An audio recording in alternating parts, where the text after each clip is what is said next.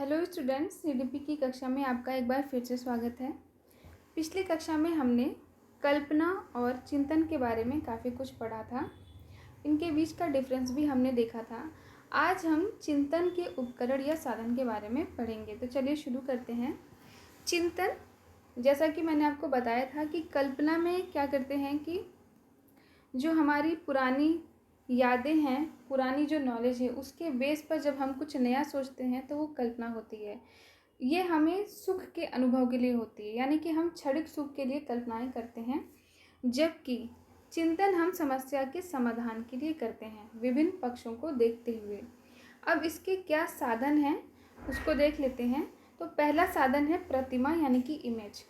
और हमने एक चीज़ पढ़ी थी कि कल्पना जो होती है वो इमेज प्रधान होती है, जबकि चिंतन के लिए हमें भाषा की आवश्यकता पड़ती है। ये 2 पॉइंट्स आप ध्यान रखेंगे। अपने व्यवहारिक जीवन में व्यक्ति जिन वस्तुओं का प्रत्यक्षीकरण करता है उनकी प्रतिमाएं हमारे मस्तिष्क में बन जाती हैं। यानी हम जिन भी चीज़ों को अपनी लाइफ में देखते हैं, डेली लाइफ में देखते हैं, उनकी इमेज हमारे माइंड में बन जाती है और ज़रूरत पड़ने पर फिर हम इनको याद भी करते हैं। अलग अलग जो हमारे संवेदनाएं होती हैं, यानी हमारी जो फीलिंग्स होती हैं, उन सबसे संबंधित प्रतिमाएं भी व्यक्ति के मस्तिष्क में बनती हैं, जैसे स्पर्श, दृष्टि, सूंघना, श्रवण एवं स्वाद आदि। इनमें से दृष्टि प्रतिमा ही प्रधान मानी जाती है, क्योंकि हम जो देखते हैं उसकी सबसे ज़्यादा इमेज हमारे माइंड पे पड़ती है। ऐसा आपने सुना भी होगा कि हम जो पढ़ाई करते हैं तो हमें सबसे ज़्यादा क्या याद होता है, जो चीज़ें हमने देखी हैं, उसके बाद फिर सुनी हैं, और फिर उसके बाद जो कही, और ये सारी चीज़ें हम, यानी कि हम कही सुनी बातें तो एक बार भूल भी जाएं, लेकिन देखी हुई चीज़ जल्दी नहीं भूलते हैं, क्योंकि दृष्टि की प्रधानता होती है इमेज बनने में हमारे माइंड पे। ठीक है, नेक्स्ट है, जिस व्यक्ति में ये प्रतिमाएं अधिक स्पष्ट होती हैं वो उतने अधिक तरह से चिंतन कर पाता है। यही कारण है कि आजकल जो बच्चों की पढ़ाई है उसमें हम केवल रीडिंग ना करा करके, बल्कि उनको हम रियल लाइफ ऑब्जेक्ट से जोड़ने की कोशिश करते हैं, या फिर प्रोजेक्टर के माध्यम से पढ़ाना ज़्यादा अच्छा माना जाता है।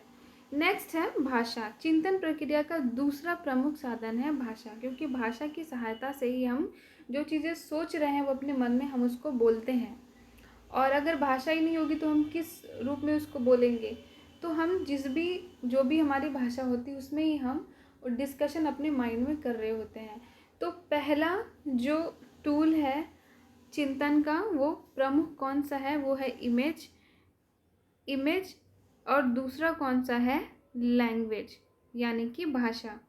तीसरा है कॉन्सेप्ट या संप्रत्यय, यानी कि जो हम चिंतन जिस चीज़ का कर रहे हैं वो एक कॉन्सेप्ट के बारे में ही सोच रहे होंगे।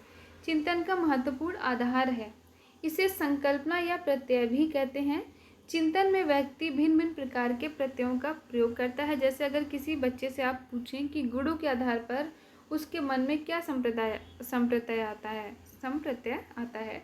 4 पैर, 1 पूँछ, पालतू, भौंकना। अब हमने क्या किया, हमने उसको कुछ गुण दे दिए और बोला कि इन गुणों के आधार पर बताओ कि आप तुम्हारे माइंड में कौन सी इमेज आ रही है।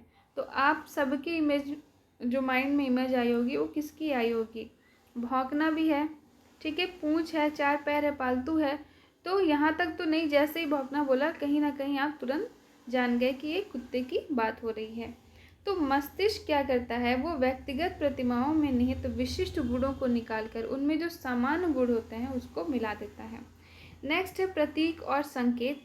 प्रतीक एवं चिन्ह वास्तविक विषयों, अनुभूतियों एवं क्रियाओं का प्रतिनिधित्व करते हैं। ट्रैफिक की बत्तियां, रेलवे सिग्नल, विद्यालय की घंटी, गीत, झंडा आदि प्रतीकात्मक अभिव्यक्तियां हैं, यानी कि एक प्रतीक के रूप में आप चीज़ों को एक्सप्रेस करते हो। चिंतन में प्रत्यय भी प्रतीकों और चिन्हों के द्वारा अभिव्यक्त होता है।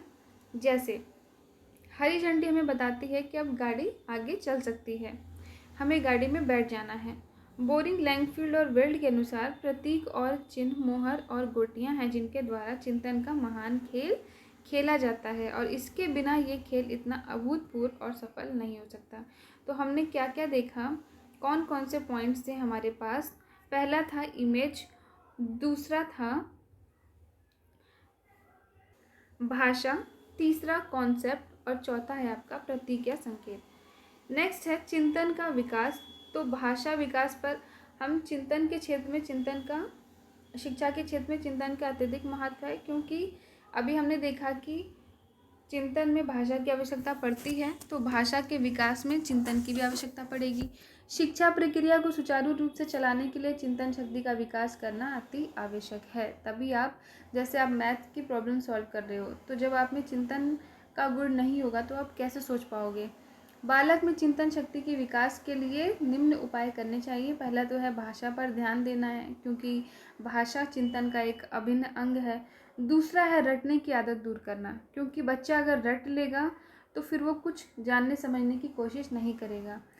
इसकी बजाय हमें उसको तथ्यों को समझाने की कोशिश करनी चाहिए। अध्यापकों को बालकों की इस आदत पर नियंत्रण करना चाहिए, जिससे कि वो जो कुछ भी पढ़ें सीखें वो समझ के पढ़ें और सीखें, ना कि रटें। स्पष्ट ज्ञान का विकास, बालक को जितना सही और स्पष्ट बताया जाएगा उसका ज्ञान उतना ही अधिक होगा और वो चिंतन करने में समर्थ होगा।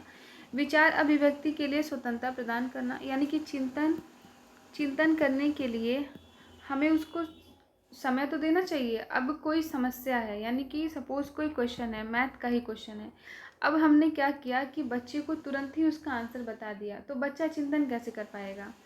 ठीक है, इसीलिए बच्चों को जब थोड़े बड़े हो जाते हैं, शैशवावस्था में नहीं बात कर रहे हैं, क्लास 1 और 2 में नहीं, ठीक है, क्योंकि इस एज में बच्चे में चिंतन की जो भावना है वो नहीं जागृत हो पाती है, बच्चा चिंतन करने में समर्थ नहीं है। तो इस एज में तो हम उसको रटा देते हैं, चाहे वो अल्फ़ाबेट्स हो गए, वर्णमाला हो गए, हम उसको रटाते हैं, क्योंकि समझने का कॉन्सेप्ट बच्चे के अंदर नहीं है। लेकिन क्लास 3 से फिर हमें उसको समझाना चाहिए, और क्लास 3 से फिर हम बच्चे को क्या करते हैं, होमवर्क देते हैं। होमवर्क देने का कॉन्सेप्ट क्यों बनाया गया है कि बच्चा, हमने उसको जो क्वेश्चन बताया, जो कॉन्सेप्ट बताया, उसके बारे में वो चिंतन कर सके, उसके बारे में फिर वो आगे सोच सके। इसी के लिए होमवर्क दिया जाता है कि अगर 2 क्वेश्चन हमने बताए हैं तो 4 क्वेश्चन नहीं तो कम से कम 2 क्वेश्चन तो बच्चा खुद से अपने से कर पाए। ये तभी करेगा जब वो चिंतन करेगा। लेकिन ये बहुत छोटे बच्चों के लिए, यानी क्लास 1 और 2 के लिए नहीं है। इसीलिए 1 और 2 में तो बच्चों को ज़्यादातर बैगलेस ही पढ़ाते हैं और उनको होमवर्क का बर्डन नहीं देते हैं, जबकि क्लास 3 से, और इसी वजह से अब जो आपकी नई एजुकेशन पॉलिसी है NAP 2020, इसमें भी क्या किया गया है कि जो प्रिपरेटरी क्लासेस हैं, यानी कि अभी तक क्या था कि आपका किंडरगार्टन यानी केजीज होता था, नर्सरी, LKG, UKG, देन फिर प्राइमरी में 1 to 5 आता था, यानी कि नर्सरी, LKG, UKG ये सब आपका प्री प्राइमरी में आता था, जबकि प्राइमरी में आपका क्लास 1 to 5 आता था। हालांकि अब NEP 2020 में इसको चेंज कर दिया गया है, यानी कि अब आपका क्लास 1 और 2 भी आपका प्री प्राइमरी में चला जाएगा। कहाँ? प्री प्राइमरी में। और प्राइमरी में आपका 3 से ऊपर के क्लासेस होंगे, ठीक है, क्योंकि एज के अकॉर्डिंग अगर, तो इसीलिए अब हमने क्या देखा कि बच्चों को चिंतन करने का अवसर प्रदान करना चाहिए, ठीक है। और इसी के लिए क्या है कि 1 और 2 के बच्चे नहीं, बल्कि 3 के बाद से बच्चे जो होंगे, यानी कि 1 और 2 के बच्चे को प्री प्राइमरी के ही तहत रखना है और उनको प्यार से और खेल खेल में ही पढ़ाना होता है। तो विचार अभिव्यक्ति के लिए स्वतंत्रता प्रदान करना, स्वतंत्रता यानी अवसर देना कि बच्चा खुद स्वयं विचार कर सके, जिससे कि उसके अंदर चिंतन का जो है वो विकास होगा। जिज्ञासा को जागृत करना, जब बच्चा जिज्ञासु होगा, जानने की इच्छा करेगा, तभी किसी चीज़ के बारे में सोचेगा और चिंतन कर पाएगा। नेक्स्ट है उत्तरदायित्व का कार्य। बालकों में चिंतन विकास के लिए उत्तरदायित्व यानी रिस्पॉन्सिबिलिटी, जिम्मेदारी, इसकी भावना लाने के लिए उनको कुछ कार्य सौंपना होता है, जिससे कि चिंतन जो है वो स्वस्थ रूप में विकसित हो सके और प्रोत्साहित हो सके, जिसके लिए कि हम कुछ क्रिएटिव होमवर्क बच्चों को देते हैं। फॉर एग्जांपल समर वेकेशन में स्पेशली सहपाठगामी क्रियाओं का आयोजन, जिससे कि बच्चों को एक्स्ट्रा करिकुलर एक्टिविटीज़ के तहत उनको अलग अलग चीज़ें, पहले के ज़माने में इतनी ज़रूरत नहीं पड़ती थी। कारण ये था कि जॉइंट फैमिली होती थी, तो बच्चे को बहुत सारे लोगों से इंटरेक्ट करने का, और कई दूसरे बच्चों से, अपनी एज के, अपने बड़े से, इन सब के साथ इंटरेक्ट करने का प्रॉपर मौका मिलता था। जैसा कि हमने पहले भी पढ़ा था कि बच्चों को कहानियाँ सुनाने से उनके अंदर कल्पना शक्ति का विकास होता है। अब आज के टाइम पर संयुक्त परिवार है नहीं, पेरेंट्स के पास भी इतना टाइम नहीं है जो बच्चों के साथ इतना टाइम स्पेंड कर सकें। इसीलिए आज की जो शिक्षा है उसमें इन सब यानी करिकुलर एक्टिविटीज़ जो होती हैं उन सब का बहुत बड़ा रोल है, जिससे कि बच्चे को वैसे अवसर प्रदान किए जा सकें। इसीलिए सह पाठ्यचारी क्रियाएं अब इनका आज के बच्चों के लिए, शिक्षा के लिए इन्वॉल्वमेंट होना चाहिए। नेक्स्ट है प्रेरणा, रुचि और ध्यान का प्रयोग। जब तक बालक सीखने के लिए अभिप्रेरित नहीं होगा तब तक उसमें रुचि उत्पन्न नहीं होगी सीखने के लिए, और जब रुचि नहीं होगी तो फिर वो ध्यान भी केंद्रित नहीं करेगा। जब तक उसका ध्यान केंद्रित नहीं होगा तो फिर वो समस्या का समाधान नहीं कर पाएगा, ना ही वो फिर वो कुछ सीख पाएगा। तो इसके लिए बच्चों में प्रेरणा का, रुचि का, अवधान का प्रयोग करना चाहिए। यानी कि बच्चे की पहले रुचि जगानी होती है कि वो पढ़ाई करने के लिए तैयार हो, उसके बाद ही फिर हम उसे पढ़ाते हैं। नेक्स्ट है अध्यापन विधि पर ध्यान देना कि किस तरह से पढ़ाएं कि बच्चे को पढ़ने में इंटरेस्ट आए। ठीक है, तभी वो बच्चा ध्यान देगा। तो ये सारी चीज़ों करने के लिए ही आजकल TLM का यूज़ किया जाता है। अलग अलग कुछ क्रिएटिविटी दिखाई जाती है। सपोज़ बच्चे को जोड़ सिखाना है तो हम क्या कर सकते हैं कि हमने कुछ ऐसे TLM बनाया जिसमें कि हमने एक तख्ता रखा है, इसमें धागे हैं और इसमें कुछ बॉल्स हैं। ठीक है, अब बॉल्स को इधर उधर करके हम जोड़ घटाना बच्चे को सिखा सकते हैं, जिससे कि उसमें इंटरेस्ट भी डेवलप होगा और फिर बच्चा जल्दी सीख जाएगा प्रैक्टिकल तरीके से। नेक्स्ट है तर्क या रीजनिंग। अब ये क्या होती है? तो तर्क चिंतन प्रक्रिया का सर्वश्रेष्ठ प्रकार है। इसमें व्यक्ति उसके बाह्य वातावरण से समायोजन में अपनी महती भूमिका का निर्वाह करता है। ये हमारी पर्सनालिटी का एक इम्पॉर्टेंट फैक्टर होता है जो कि हमारे बिहेवियर को कंट्रोल करता है। तर्क सदैव उद्देश्यपूर्ण होता है, ये बात ध्यान रखनी है। तर्क की प्रक्रिया से प्राप्त परिणाम से निष्कर्ष निकाले जाते हैं, यानी कि कुछ फैक्ट होते हैं जिनको रखते हुए फिर हम अपनी बात कहते हैं, वही तर्क होते हैं। तर्क यानी रीज़न से बना है। रीज़न का मतलब कारण, यानी किसी चीज़ का कारण बताना। ठीक है, वही क्या होता है? तर्क होता है। तर्क एक विशेष प्रकार का चिंतन है जिसमें हम निष्कर्ष आधारिका के आधार पर प्राप्त किए जाते हैं। तर्क विशेष उद्देश्यों की चरणबद्ध प्रक्रिया है, यानी कि तर्क उद्देश्यपूर्ण होती है, इसका कोई उद्देश्य होता है जिस वजह से हम तर्क दे रहे होते हैं। और तर्क क्या होता है कि एक कारण होता है किसी भी घटना का, जिसके बेस पर हम कुछ निष्कर्ष निकालते हैं। क्रूज के अनुसार तर्क एक अंतर्निहित व्यवहार है जिसमें अनेक प्रतीकों का प्रयोग किया जाता है। जैसे आपसे कुछ पूछा जाता है कि आपने ऐसा काम क्यों किया। सपोज आपने बच्चे से पूछा कि बेटा तुमने होमवर्क क्यों नहीं किया, तो वो क्या करता है? कुछ तर्क देता है ना, बहाने बनाता है ना अपने हिसाब से। तो तर्क का मतलब कि कारण देना। अब वो जो कहानियाँ बताता है, बहाने बताता है, वो भी तो कहीं ना कहीं उसके माइंड की उपज ही होती है। ठीक है, कुछ प्रैक्टिकल इंसिडेंट के बेस पर ही होता है। जैसे उसने बोला कॉपी खो गई, या फिर किया है होमवर्क लेकिन कॉपी घर पे छूट गई, या फिर कोई और बहाना बनाया कि मैम टाइम नहीं मिला था, कहीं चले गए थे, या सबसे फेमस बहाना कि मैम बीमार थे। तो ये कहीं ना कहीं वास्तविक घटनाएं होती हैं। उन घटनाओं को यूज़ करते हुए और बच्चे क्या करते हैं? कारण बताते हैं। तो ये एक तर्क होता है। तर्क एक उद्देश्यपूर्ण प्रक्रिया है। अब बच्चे ने तर्क क्यों दिया कि वो बीमार था? ताकि उसको मार ना पड़े, डांट ना पड़े, डर की वजह से। तो कोई ना कोई उद्देश्य होता है। इसका प्रयोग किसी समस्या के समाधान में शुरू प्रयत्नों के असफल होने पर किया जाता है। यानी कि समस्या का समाधान, यानी बच्चा होमवर्क नहीं कर पाया तो अब क्या करेगा? फिर असफल होने के कारण उसने एक नया बहाना ढूंढा है। नेक्स्ट है तर्क की प्रक्रिया में पूर्व ज्ञान और अनुभव का सहारा लिया जाता है। यानी कि जब आप से बच्चे ने बोला कि वो बीमार था, आपने उसको छोड़ दिया, तो कहीं ना कहीं फिर ये पूर्व ज्ञान बन के उसके माइंड में जाएगा और इन फ्यूचर वो फिर से वही बहाना करेगा।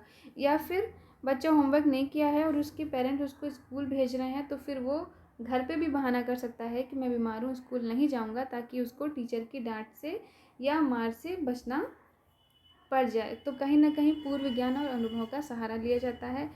तर्क एक प्रकार का अमूर्त चिंतन होता है। इसमें प्रतीकों का अत्यधिक प्रयोग होता है। मस्तिष्क की आंतरिक प्रक्रिया है। तर्क के लिए मस्तिष्क को संगठित रूप से व्यवस्थित होकर प्रयास करना पड़ता है और सदैव इसका एक निष्कर्ष निकाला जाता है। तर्क एक नियंत्रित, चयनित और चरणबद्ध चिंतन प्रक्रिया है, यानी कि जानबूझकर सोची समझी गई एक प्रक्रिया होती है। अब इसके प्रकार कितने होते हैं? तो पहला है आगमन तर्क, दूसरा है निगमन तर्क। आगमन यानी इंडक्टिव रीजनिंग, इसमें जो जानकारियाँ पहले से उपलब्ध हैं उन निष्कर्ष के आधार पर हम कोई तर्क दे रहे होते हैं, जबकि निगमन में पहले से प्राप्त कथन के आधार पर निष्कर्ष निकाले जाते हैं। आगमन तर्क के विपरीत दशा में है, जिसमें खोजे गए ज्ञान को नई स्थिति में प्रयोग किया जाता है। इस प्रक्रिया में सार्वभौमिक ज्ञान के द्वारा किसी विशेष प्रकार की समस्या का निदान किया जाता है। ठीक है, नेक्स्ट है तर्क का प्रशिक्षण, ट्रेनिंग ऑफ रीजनिंग। तो बालक का जो तार्किक चिंतन शक्ति है उसके विकास के लिए हमें क्या क्या करना है? विषयों के गहन अध्ययन पर जोर देना है, क्योंकि बच्चे को जब सारे पक्ष मालूम होंगे तब फिर वो तर्क, पढ़ाई के सेंस में यानी पॉजिटिव तर्क की बात हम कर रहे हैं, तो विषयों का गहन अध्ययन होना चाहिए, तभी फिर आप तर्क देंगे। या आप एज ए टीचर हैं और बच्चा आपसे कोई क्वेश्चन पूछ रहा है, तो जब आपको विषय का पूर्ण ज्ञान होगा, हालांकि पूर्ण तो पॉसिबल नहीं है, लेकिन गहन यानी कि अगर आपको अच्छा खासा नॉलेज है अपने सब्जेक्ट का, तो फिर आप कोई भी तर्क दे पाएंगे। उपयुक्त समस्या को उपस्थित करना, समस्या होगी तभी तो फिर उसका चिंतन करेंगे और तर्क रखेंगे। तो उपयुक्त समस्या होनी चाहिए, फालतू की नहीं। जो पॉजिटिव कुछ ऐसे कंसेप्ट होंगे उनसे रिलेटेड समस्याएं होनी चाहिए, ताकि यानी कि बालक के समक्ष जो समस्याएं प्रस्तुत की जा रही हैं वो उसके व्यवहारिक जीवन से संबंधित होनी चाहिए। नेक्स्ट है आगमन विधि का प्रयोग। पाठ्य विषयों के शिक्षण में शिक्षक का आगमन विधि का प्रयोग करना चाहिए। इसमें शिक्षक को स्वयं ही पहले किसी समस्या का समाधान प्रस्तुत नहीं करना चाहिए, बल्कि बालकों से समाधान कराना चाहिए। यानी कि बच्चा अगर फॉर एग्जांपल आप उसको रीडिंग सिखा रहे हैं और बच्चा कोई शब्द पढ़ नहीं पा रहा, तो आपको तुरंत ही नहीं बताना है, बल्कि उसको थोड़ा टाइम देना है कि वो खुद अपना दिमाग लगा करके उसको पढ़ने की कोशिश करे। यानी कि बच्चे को खुद प्रेरित करना है समस्या का समाधान करने के लिए, तभी उसकी तर्क शक्ति का विकास हो पाएगा। नवीनता का सिद्धांत, किसी समस्या के प्रति रुचि जागृत करने के लिए बालक के समक्ष नवीन समस्याओं को प्रस्तुत करना चाहिए, यानी कि उसको नए नए चैलेंजेस देना चाहिए, जिससे कि वो स्वयं करके अनुभव द्वारा सीख ले। और प्रोत्साहन और विशेष अवसर भी प्रदान करने चाहिए, जिससे कि फिर वो और मोटिवेट हो और उसका इंटरेस्ट यानी रुचि डेवलप हो। एकाग्रता, संलग्नता एवं अन्वेषण प्रवृत्ति का विकास, अन्वेषण यानी कि खोज प्रवृत्ति। तार्किक चिंतन के विकास के लिए शिक्षकों को एकाग्रता, संलग्नता एवं अन्वेषण प्रवृत्ति के विकास का पूर्ण अवसर प्रदान करना चाहिए, क्योंकि इसके अभाव में तार्किक चिंतन नहीं हो सकता है। इसके लिए जो विद्यालय है या कक्षा है उसका माहौल कैसा होना चाहिए? शांत होना चाहिए। तर्क एवं समस्या समाधान की वैज्ञानिक विधियों का प्रयोग करना चाहिए। आइए अब एक बार सारांश यानी समरी देख लेते हैं। तो हमने इस चैप्टर में क्या पढ़ा? पर्सनैलिटी के बारे में पढ़ा था कि व्यक्तित्व क्या होता है। तो हमने देखा कि ये लैटिन शब्द पर्सोना से बना है, जिसका कि अर्थ नकाब होता है। वैलेंटाइन के अनुसार व्यक्तित्व जन्मजात और अर्जित प्रवृत्तियों का योग है। इंपॉर्टेंट है, ध्यान रखिएगा। नेक्स्ट है व्यक्तित्व मापन की विभिन्न विधियों के बारे में हमने डिटेल में पढ़ा था, जिसमें से कुछ प्रमुख हैं। आत्मनिष्ठ विधि, वस्तुनिष्ठ विधि, प्रक्षेपी विधि इंपॉर्टेंट था। इसके अलावा प्रश्नावली विधि, साक्षात्कार विधि, आत्मकथा विधि, अवलोकन निरीक्षण विधि, इन सब के बारे में भी हमने देखा था। इसके अलावा रोरशाक स्याही धब्बा परीक्षण मोस्ट इम्पॉर्टेंट था, इसको आप एक बार अच्छे से रिवाइज कर लेंगे। व्यक्तित्व के समायोजन के बारे में हमने पढ़ा था कि किस तरह से जो हमारे व्यक्तित्व की कमियां होती हैं तो हम उसको समायोजित करने का प्रयास करते हैं। और अलग अलग यानी कि व्यक्तित्व जो भिन्नताएं होती हैं किन किन आधार पर, इसके बारे में भी हमने देखा। फिर कल्पना, चिंतन और तर्क के बारे में हमने डिटेल में पढ़ा है। आइए अब MCQ लगा लेते हैं। क्वेश्चन नंबर 1 है, किसने समायोजन को एक अधिगम की प्रक्रिया माना है, यानी सीखने की प्रक्रिया माना है? स्किनर ने। जन्मजात और अर्जित प्रवृत्तियों का योग क्या होता है? तो ये आपका व्यक्तित्व होता है। किसने कहा है? अभी हमने देखा। किसका कथन था ये? वैलेंटाइन का।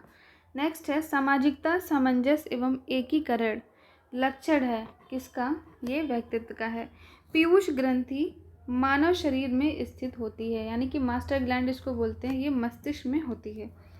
सोमेटोट्रोकिन नाम का हार्मोन स्रावित होता है कहाँ से? तो ये पीयूष ग्रंथि से ही। नेक्स्ट है अपनी आवश्यकताओं को पूरा करने और समस्याओं के समाधान के लिए प्राणी द्वारा किए गए प्रयत्नों का परिणाम है समायोजन। नेक्स्ट किसी प्रजाति विशेष के सदस्यों के मध्य व्यवहार की संरचना में पाई जाने वाली असमानताओं को क्या कहते हैं? व्यक्तित्व भिन्नता कहते हैं। नेक्स्ट क्वेश्चन नंबर 8, चिंतन ज्ञानात्मक पक्ष की एक मानसिक प्रक्रिया है। ये कथन किसका है?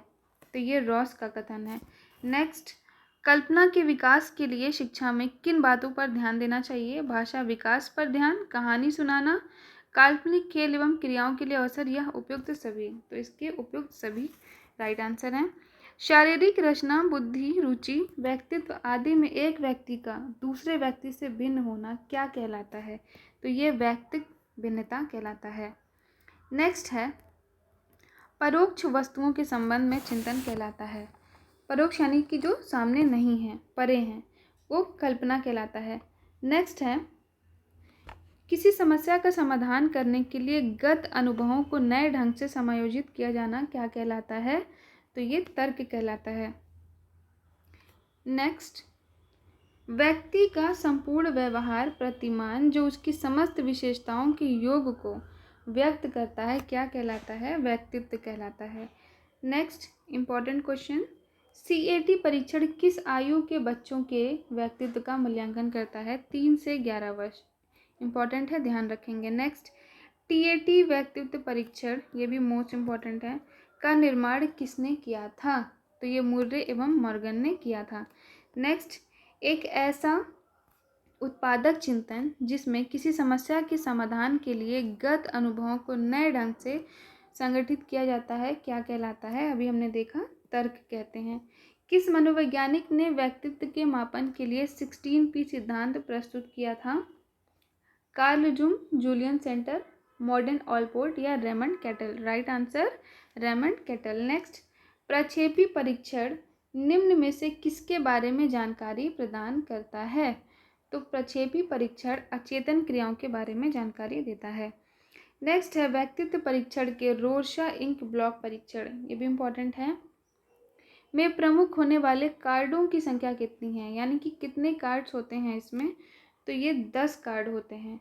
नेक्स्ट वो परीक्षण जो व्यक्तित्व का मापन करता है TAT निम्न में कौन सा प्रकार मनोवैज्ञानिक है? बहिर्मुखी, सैद्धांतिक, व्यक्तित्व भक्तिहीन या राजनैतिक? तो ये बहिर्मुखी है, क्योंकि 3 टाइप की पर्सनालिटी थी आपकी, अंतर्मुखी, बहिर्मुखी और उभयमुखी।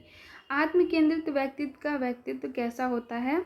आत्मकेंद्रित व्यक्ति का व्यक्तित्व अंतर्मुखी होता है। चिंतन के साधनों में से एक है संकेत रटना, गुणों का विश्लेषण, सामान्यीकरण, आज ही पढ़ा हमने संकेत। नेक्स्ट है व्यक्तित्व मापन की सबसे अच्छी विधि कौन सी है? तो व्यक्तित्व मापन की सबसे अच्छी विधि ये सारी ही हैं, ये सभी। तो बच्चों आज आपका चैप्टर 3 कंप्लीट हो गया है, यानी पर्सनालिटी। अब नेक्स्ट हम अधिगम का अर्थ और उसके सिद्धांत पढ़ेंगे। तो आप लोग रिवीजन करते रहिएगा और MCQs ज़रूर लगाइएगा। फिर मिलते हैं नेक्स्ट वीडियो में।